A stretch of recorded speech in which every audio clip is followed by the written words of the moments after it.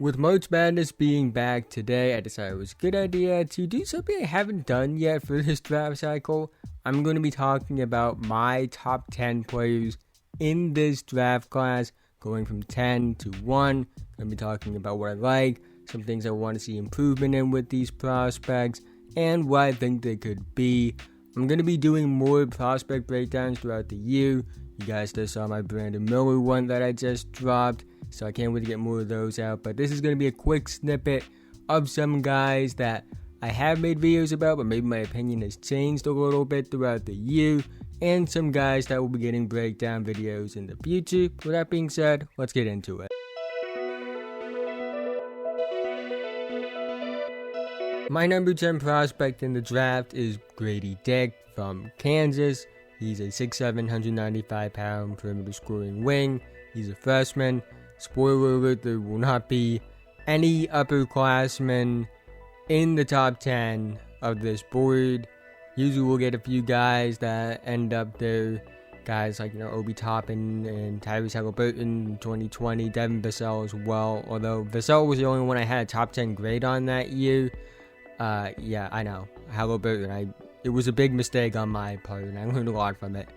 But they were only 3 guys that were projected to go potentially top 10, and only one of them did, and that was Obi Toppin, who I didn't have a lottery grade on. And you look at other years, Jaden Ivey, Keegan Murray, they went top 10. I had top 10 grades on both of them. I had a top 3 grade on Ivy at the time. So it is possible. Johnny Davis also went top 10 in that class. But this is the first time in a while I feel like we might not see an upperclassman go in the top 10. But to keep it with Gradey, he's a really good player. He's a 3-point shooter. He's a good play finisher. Better athlete than you would think. Good transition offensive player. Really excels off the ball as a scorer. Has some perimeter creation upside. I think he's more than a spot-up shooter. I think that he gets this label as one because he's a white American shooting guard or scoring wing. But he can do more than just be a spot-up shooter. I think that it's worth taking in the top 10. I don't think he has maybe all-star upside per se. But I think he's going to be a really good player in the league for a long time. And someone that can be a reliable starter as sort of this off-ball scoring threat that can do some on-ball stuff with second units if needed, and really just be a solid player. I think he has room to grow as a passer. If you want to talk about areas I think he needs to improve on, he's not a great on-ball slasher. I wouldn't say he's bad in this area, but does need a bit of work. And defensively, he does need a lot of work. It's just an area that he's very much lacking in right now. But I do think what he can do is worthy of top 10 selection. And obviously I think he is worth one. He's my number 10 player in this class. It's close between him and a few guys outside of that. Jalen Hood-Schifino is a guy I like a lot. Derek Whitehead, I know he had a rough year at Duke, but I like him a lot as well. So there are a few guys. Taylor Hendricks is definitely in that conversation. G.G. Jackson, I think, has a lot of upside still, even though I'm a bit more confused about him right now as a prospect when I've watched the tape that I have. But, I think Gradey is my number 10 right now. I think I'm most feeling okay, this can be a good player. I feel like he's safe is a better way to put it. But, it's close. He is a pretty similar grade to those guys that I mentioned. At number 9, I have Jett from Michigan. He's an all-around perimeter scoring wing. Really good shooter. Someone that can play on and off the ball. Good handle, secondary passing upside, feel for the game. Really does a lot of things that you would like to see from a 6'8", 215-pound wing. I think he has decent upside. He's somebody, going into the year I was very high on when he wasn't even on the draft radar for some weird reason. I had him as high as number 4 on my board at one point.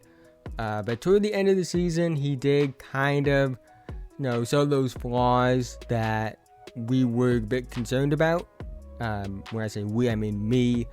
and maybe other people. But, he did show those things, and it dropped him a little bit. He's still a top 10 guy for me in this class. I still like him a lot, but the athleticism, he's not the greatest athlete in the world. I know he was dealing with injuries down the stretch, so that is also a factor into why his play was kind of cold. But athleticism, he's not the greatest athlete in the world. Not a bad athlete. He moves pretty well, but not the most explosive guy, not the quickest guy in the world. But you look at everything else he can do, and there is potential. I think he has a bit higher potential than Gradey Dick because of his handle, because I think he can be more of a playmaker than Gradey Dick. I think when you're projecting the roles for someone like Jett Howard to the next level, think of guys like Desmond Bain to a certain extent, a somewhat Devin Vassell. I don't think he'll be the defender that Devin Vassell is. Devin Vassell is like an excellent perimeter off-ball defender, which is an area that Jett Howard lacks in. But I think offensively he could be something like that. But I like him a lot still, even if he went from number 4 on my board to number 9. I think that he's in a range where he could go as early as number 5 for me, and I would feel okay with it. But I do think he's a bit lower on boards right now, so I do think he will end up going lower than 9, and I think teams will get a steal. It somewhat reminds me a bit of AJ Griffin. I think AJ Griffin was a better prospect than Jett Howard personally, but it does remind me a bit of that fault. But it's not a one-to-one comparison. AJ Griffin would be a top 5 guy for me in this class. I was very high on him as a prospect. But with Jett Howard, I like the all-around potential that he shows, and I think that he can be a good player. And like with Gradey Dick, I don't know if I mentioned it or not, but they both are very high floor players. And that's why they're in the top 10 on my board, even though the other guys with similar grades as prospects that aren't on this board in the top 10. So, if you're wondering about why, I may have a similar grade on other guys, but they're not in the top 10, and what separates them from Gradey Dick and Jett Howard, that's it. My number 8 prospect in this draft is Keyonte George from Baylor. He is a shot-creating guard, 6'4", 200 pounds. Have a similar grade on him as the previous 2 guys that I mentioned, and Gradey Dick and Jett Howard, as well as other guys, like Derek Whitehead, who I'm still high on even if others aren't.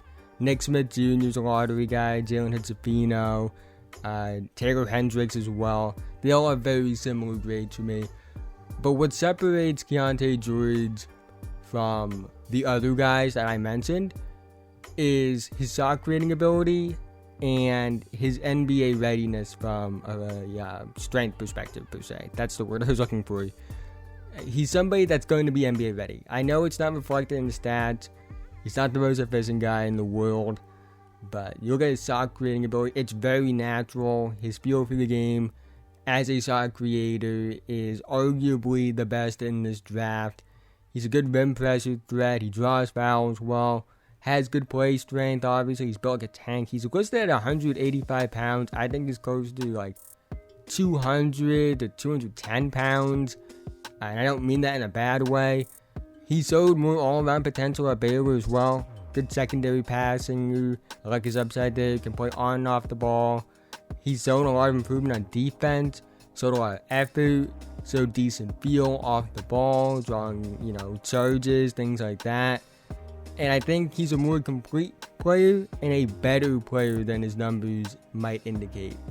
He has to improve his shot selection like all young scoring guards do, especially ones that can create shots the way that someone like Keyonte George can. The efficiency does have to get better. I don't think it's a full reflection of him as a player.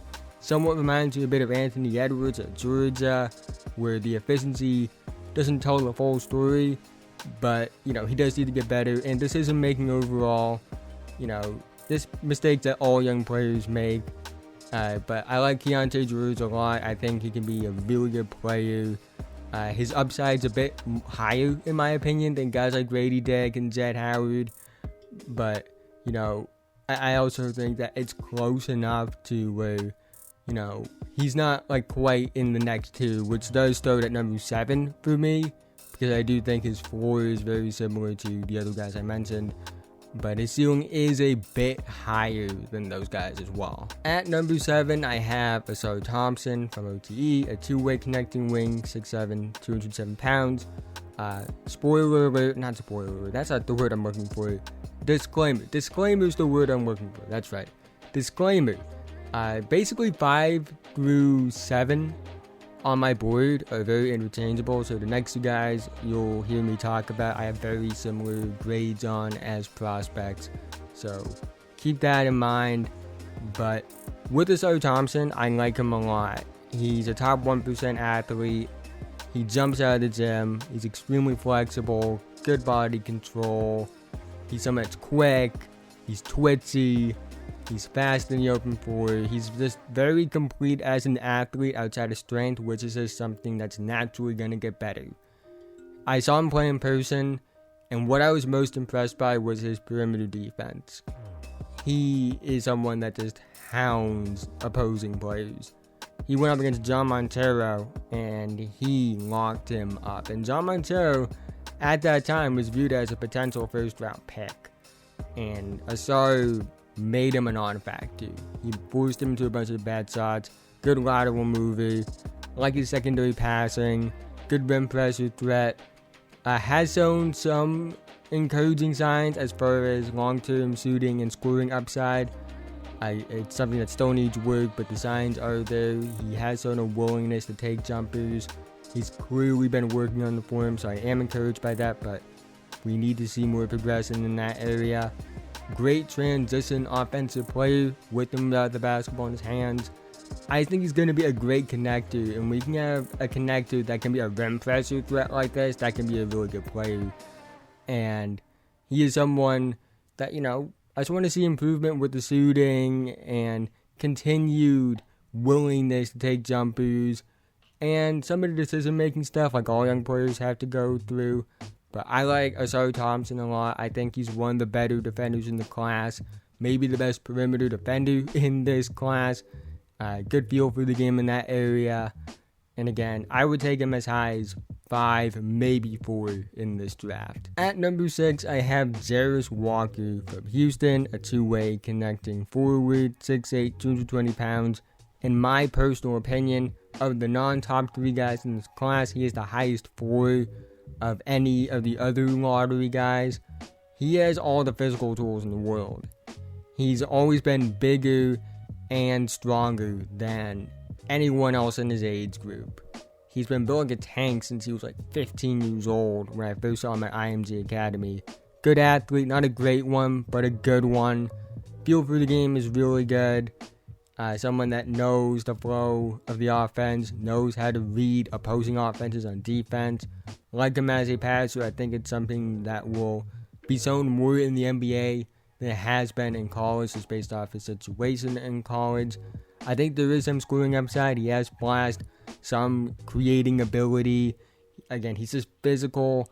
I think he should be able to draw contact more than he does sometimes. And defensively, I think he's the second best defender in this draft behind Victor Wembanyama. He's extremely versatile, can play multiple defensive coverages, play multiple spots, defend multiple positions. He just does a lot that you like. Also, an incredible stocks player. He's someone I think will average like 1.5 blocks and 1.5 steals per game in the NBA. I just love him defensively, and on top of like everything else that he does so in the areas he has potential to grow in, really makes him someone I feel comfortable taking as high as number 4 in this draft. The one area I have a question mark with is his scoring aggression. Not the most aggressive scorer in the world. Part of that is his college situation. Part of that is just he's not the most aggressive guy when it comes to scoring, and he's just content with playing within the flow of the offense. But the tools are all there with Jarace Walker. The feel for the game is there with him as well, and I'm really confident that he can be a great player in the NBA. At number 5, I have Cam Whitmore from Villanova, a physical scoring wing, 6'7", 225 pounds. One of the youngest players in this draft. I don't think he'll be as good as Jarace Walker day one. I think Jarace Walker will likely have a better rookie season. I think Jarace Walker's a bit more ready for NBA basketball. And in fact, I would say like impact grade off the bat, Cam Whitmore is very similar to guys like Keyonte George, Gradey, Jett, and Jett Howard. And I say all this, and you might be wondering, why is he your number 5? Well, the reason he's number 5 for me is he is one of the highest upside players in this draft.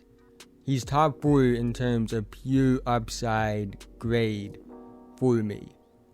I think he has star potential, like true star potential, and has a chance to be a special scoring wing as this athletic, physical player that can attack the basket, draw help, be a shot creator, be a perimeter scorer, be a great rebounder, has defensive upside. Like, there are a lot of things when you watch the tape with Cam Whitmore to be excited about, even if the numbers don't jump off the page to you, because he's not putting up the best numbers at Villanova. But you look at what he does. The best second jump in the draft. What I mean by that is his ability to jump, get to the ground, and then jump up again is second to none in this class. In fact, it's one of the best second jumps I've ever seen from a prospect. His motor on offense is really good. He fights for rebounds. He plays really hard on that end of the floor. I think his motor overall is pretty good. Rebounds really well. I would like to see some shot selection improvements. Sometimes he settles for jumpers a bit much, and he's not quite the rim pressure threat that you would hope he would be with his physical tools. A great vertical athlete, pretty good first step, pretty good speed, incredible power. So I'd like to see the rim pressure get better and maybe settle for jumpers less. And defensively, off ball can be lost a little bit. But again, he's super young. Like one of the youngest players in this draft. And again, even though his initial impact grade will be similar to guys in that like 8 to like 14 range, his upside grade for me like literally just pushes him into the top 5 of this class, because I think he could be one of the 3 best players in this draft when it's all said and done. I think that's a very real possibility. The tools are just incredible with him. And I can't wait to see what organization drafts him. My number 4 prospect in this draft is Amen Thompson from OTE, a 2-way primary playmaker, 6'7", 202 pounds. Now, for a long time, if you've been following the channel, I've been saying that Amen Thompson was like a lock for me at number 3. And that has changed a little bit for me. Obviously, he's not number 3 on my board here. He's number 4. I will say, I am very close between my number 3, who I have ahead of Amen obviously, and Amen. So it's not like I'm dropping him into a different tier. He's still like the same tier prospect. It's just someone else I think I like a little bit more per se, or at the very least I think I just have less questions about. We'll talk about that later though. But with Amen Thompson, you get a top like 0.0001% athlete. He is arguably the best athlete in this class.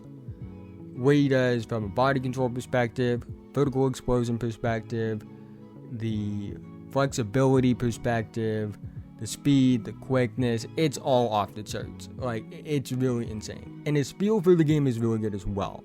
Good handle, passing playmaking upside in a primary role. And if you can get like a primary playmaker that's this athletic and this tall, with these kind of skills, it can be special. In my opinion, he is the best passer in this draft. The way he utilizes his athleticism in passing is something I've talked about a lot, because it's truly something I've never seen in a prospect before. It allows him to do things as a passer that only he can do, because only he has that combination of physical tools, athleticism, passing feel, passing skills, and primary upside skills. I also like him as a perimeter defender. He's not quite as good as his twin brother Ausar, but I like him a lot in this area. And I think he's going to be an incredible rim pressure threat, attacking the basket. He draws a lot of attention, a lot of gravity there, and he knows what to do with his scoring gravity as far as a rim pressure threat. There is one thing though, it's the shooting ability. He's not a good shooter at all. And again, neither is Ausar, but Ausar has shown more positive indicators in my opinion as a shooter than Amen. Now, I don't think this is like a Ben Simmons thing where he just refuses to shoot the basketball. He is showing some willingness to take jumpers, but it is an area where I do think it will determine a lot. I think it's realistic to believe he can improve as a shooter. It's not like we haven't seen it in the past, but it will be the biggest determining factor for if he reaches his highest end outcome. Because in my opinion, he is the third highest upside prospect in this draft. But I also think the floor is relatively low if he doesn't figure out the shooting. I think he can be a contributor, good defender, good passer, good athlete, good transition threat. But, it's not like I look at him and say, even if he doesn't reach his upside, I don't think you can say okay, he's still going to be a really good player. So I think that's kind of what made him drop a little bit for me the more I watched him. But I like him a lot still. I think I would take him top 3 in this draft. And he's somebody, and I know this might sound like a hot take, outside of my top 2, he's the only other player in this draft I think has superstar build around kind of potential. And I think that will help him out a lot. I know people have questions with OTE. I know people have questions about the age, which I don't think is that big of a concern, to be honest with you, given what he does with his physical tools and the gifts that he has as a basketball player. I wouldn't worry about that too much, the fact that he'll be 20, 21 as a rookie. So I'm not too worried about that, but I love the upside with the men, but I do think there are questions with his shooting ability that are a real concern right now. And that leads me into my number 3 prospect, Brandon Miller from Alabama, 2-way perimeter scoring wing, 6'9", 200 pounds, and I will say this. I don't agree with the idea that Brandon Miller is the number 2 prospect in this draft. I don't think the debate between him and who I believe is number 2, spoiler, it's Scoot Henderson, I don't think it's really a debate. But that says a lot more about what I think about Scoot, and we'll talk about Scoot very soon, than it does about Brandon Miller, because Brandon Miller is a really good prospect. I don't fully agree either with the Paul George comparisons, or the Jason Tatum comparisons, or definitely the Kevin Durant comparisons, because nobody should be compared to Kevin Durant at this point. But I like Brandon Miller a lot. It may seem like I don't, but I like him. He's number 3 on my board in this draft. I don't think that's an insult. He has a super high floor. I don't think he has the ceiling that Amen Thompson has or Cam Whitmore have, but the floor is just so much higher with him than it is with Amen and with Whitmore, to the point where it does put him ahead of him, because I don't think the gap between what I think their floor is versus what I think their ceiling is nearly the same. The gap between Brandon Miller's floor and Amen Thompson and Cam Whitmore's floor is a lot bigger of a gap than the gap between what their ceiling is, even if I think those other two have a higher ceiling. I think Brandon Miller can be a starter in this league. I also think he's one of the safest players in this draft. Great 3-point shooter. Incredible shot versatility. Someone that can hit a bunch of shots in different scenarios. I like him as a secondary passer. I think he makes good reads in this area. Really good vertical athlete. incredible vertical athlete and a good lateral mover. Again, I like his floor. I think he's really good in that area.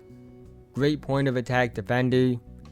And his feel for the game is really good as well.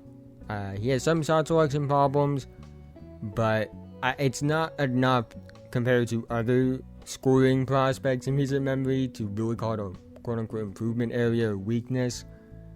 But I do have some concerns with Miller. The handle it just isn't good. That's the best way to put it. The handle's not good. His strength isn't good. He struggles as an on-ball slasher. He kind of struggles to create separation as well. And he's not the most flexible guy in the world, which is why I don't really agree with the Paul George comparison, because Paul George is one of the most flexible basketball players like I've ever seen. But I like, him a lot. I like Brandon Miller as a guy that can contribute right away. I think he's going to make an impact right away, a positive one, as a floor spacer, as a growing perimeter creator, as a point of attack defender, and somebody that can play off of other great players well and maybe grow into more than that. I know people have concerns about his age. He'll be 21 his rookie season. I'm not too worried about it. 21 isn't, old enough to act like he can't grow. If Jason Tatum and Jaylen Brown and Brandon Ingram and all these other guys were the same player they were at 21 now, they wouldn't be what they are now. Like, it's not nearly an age that it's like old enough to say, oh, he's close to his ceiling. Especially considering that Brandon Miller has shown a lot of improvement going from high school to college.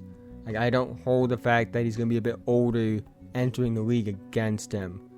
Miller is a super high floor prospect with a decently high ceiling. And when you have a safe bet like that to the point where, at the very least, I think he's going to be like a Trey Murphy type of player. And at his best, he could be like a Rashard Lewis type of player. And Rashard Lewis was a monster who would be even better in today's NBA. Like, if that's your ceiling, that's worth a top 3 pick. So, I think that combination of high floor and decently high ceiling puts him ahead of maybe a few guys that have more upside, but don't have the floor that Miller has. Which leads me to my number 2 prospect in this draft, Scoot Henderson from the G League Ignite. He's a primary playmaking point guard, 6'2", 195 pounds. And the reason I don't really think it's a debate between him and Brandon Miller is because Scoot Henderson has that same high floor that Brandon Miller has. Like, I'm just as confident in Scoot being a good player as I am in Brandon Miller being a good player. But he also has more upside than Amen Thompson and Cam Whitmore. So you're combining the super high floor guy with a super high ceiling guy. And that's one reason I just have Scoot ahead of him. But you look at what Scoot Henderson does well, and it's a laundry list of things. Incredible feel for the game. Off the charts physical tools. Incredible athleticism. The most complete athlete in the draft in my opinion. Look at his combination of strength, speed, quickness, body control, flexibility, lateral movement. Like, all of it is at an elite level. Which you don't say a lot about 6'2" point guards. His handle is really good. I think there's an argument he has like the best handle in this class. Really good shot creator. Incredible mid-range shooter. Has perimeter scoring upside. Primary playmaker is what he can be entering the league. Like, he will be a guy that I think has that kind of potential like right away. And he's shown it. Great rim pressure threat.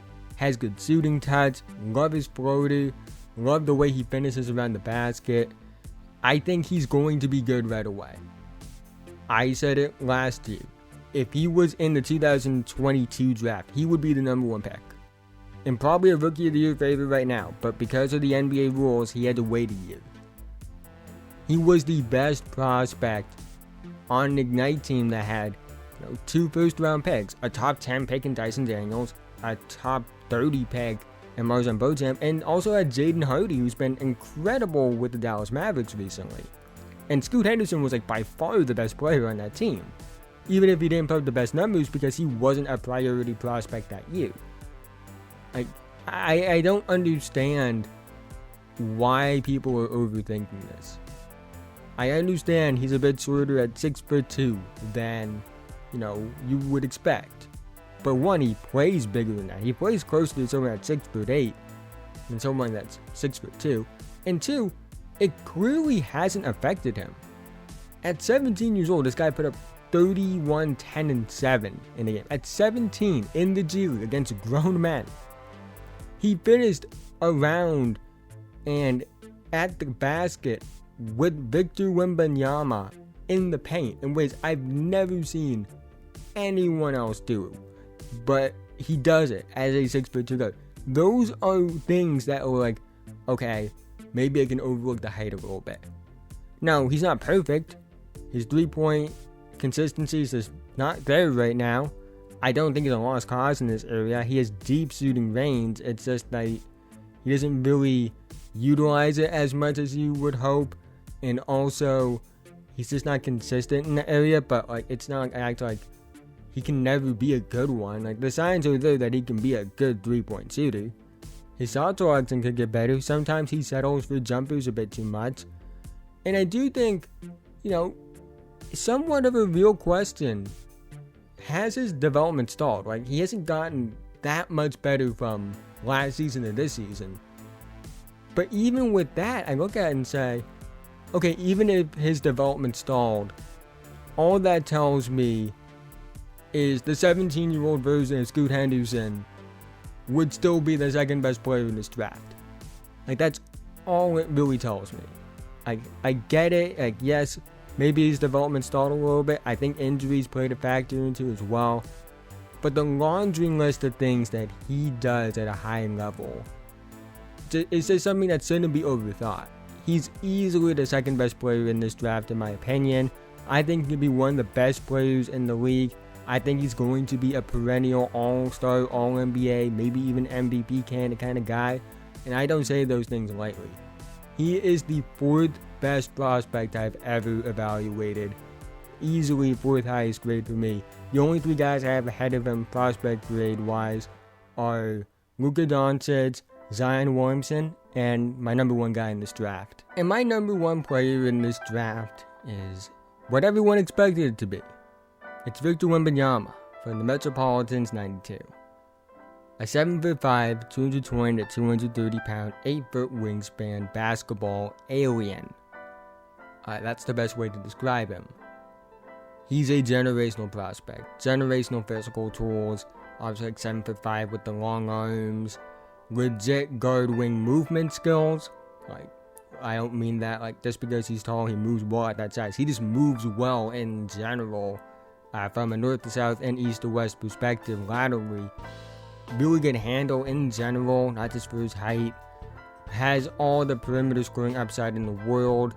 Can create off the dribble. Does traditional scoring stuff as a big, catching lobs, being a roll man. Good shooting touch, draws fouls. Pretty good passer. Not great in that area, does need a bit of work, but there are a ton of positive indicators with his passing. And defensively, he might be even better. He's extremely versatile, can drop, switch, heads, block shots, one of the best shot blocking and overall defensive prospects I've ever seen. Maybe the best I've ever seen. Incredible feel for the game. Just every intangible you look for in a superstar, he has. Yes, he needs to work on his strength. He needs to get stronger. He does get bullied a bit. Yes, maybe he could settle for jumpers a bit less. But at the same time, I don't think we should limit him to just being a big. I get it. He's 7'5". He can do traditional big stuff. But he might just be a 7'5" wing. The movement skills are legitimately guard wing good. Why limit him to just being a big at that point? When he legitimately could just do stuff on the wing. Like, I get that he's super tall, but no matter where you play him, he's going to be effective. So, I think at the end of the day, he just might just be like a Giannis type of player. And I don't mean this lightly either. I never compare prospects to Giannis. And I'm not saying he is Giannis. But, you know, he might just be like that Giannis type where it's like he has no position. Like, at all. Like, yeah, so Giannis is listed at power forward. And so Wembanyama might be listed at center or power forward. But they're a basketball player. They do everything.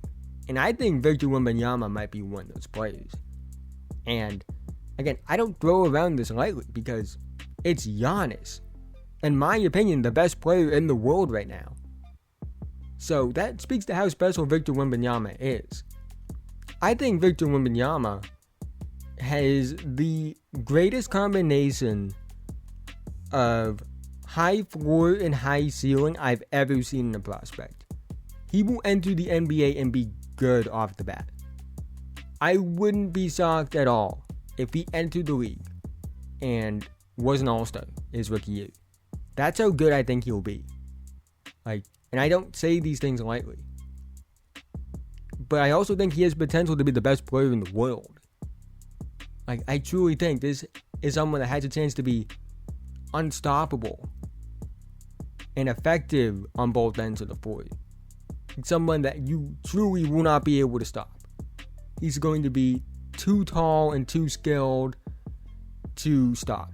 And if he adds strength to his frame, which I think he will, he might just be too strong to stop as well. I know people have concerns about the strength. He did get bullied a bit in the post on the block. But again, he's 19. He has a chance to improve on his strength. I know there are some injury concerns. We've never seen a player this tall really last in the NBA without injuries. And there are some injury concerns with Victor before the NBA. It's not like with Chet Holmgren, where Chet had no injury history prior to the NBA and had a freak injury. Like, that's different. Like, there is some documented stuff with Victor's injury history. But even with that, this is somebody that, like, you take the chance on even with those injury concerns. Because you might get the best player in the NBA one day. And that's not something I say lightly. This is someone that has a chance to be an MVP caliber player on offense and a defensive player caliber year guy on defense. Those guys don't come around very often. The list of players to win Defensive Player of the Year and MVP is very small. And that's the potential I think Victor has. I know it may sound like I'm gassing him up too much, but you just watch him play and you just think about what he could be. And what he could be is something that we've never seen in the NBA before. Like, someone that's this unstoppable. And it's not just because he's tall. I think that's what makes him such a seeker is the fact that he is tall, yeah. But if he was 6'7", he would still be like the top player in this class. He's just that skilled and has that high of a feel for the game. Has those kind of intangibles to the point where, you know, really at 6'7", he might still be the number one pick. I think at 6'7", it's a bit closer between him and Scoot at that point for number one. But again, if you can be good at any height and you happen to be 7'5", that's terrifying. And it's not just me saying this. It's not just scouts saying this. It's NBA players saying this. Like, Giannis has said it. Kevin Durant has said it. LeBron James has said it. Like, they all realize how special this player is. Like, Giannis talks about Victor like he's the second coming of God. And that says a lot. Like, Giannis, I know he's humble, but he's also a dominant player.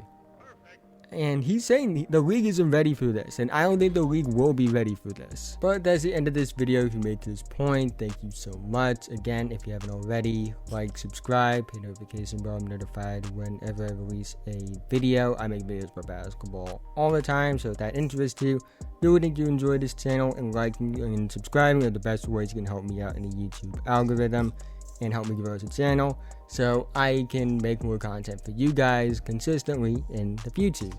I will say this, I understand this is my longest video ever, so I understand if you didn't make it to this point. but I will put timestamps in the description so you can skip around the prospects you want to. I understand that not everyone has like 40 minutes to watch a video about 10 prospects. I went on longer than I wanted to about some of these guys, but you know, it is what it is. Sometimes I feel like I have to ramble to get my full thoughts out, even if it isn't portrayed in the best way possible. But yeah, I hope you enjoyed this one. Leave some thoughts in the comment section below, and I'll see you guys in the next one. Have a nice day.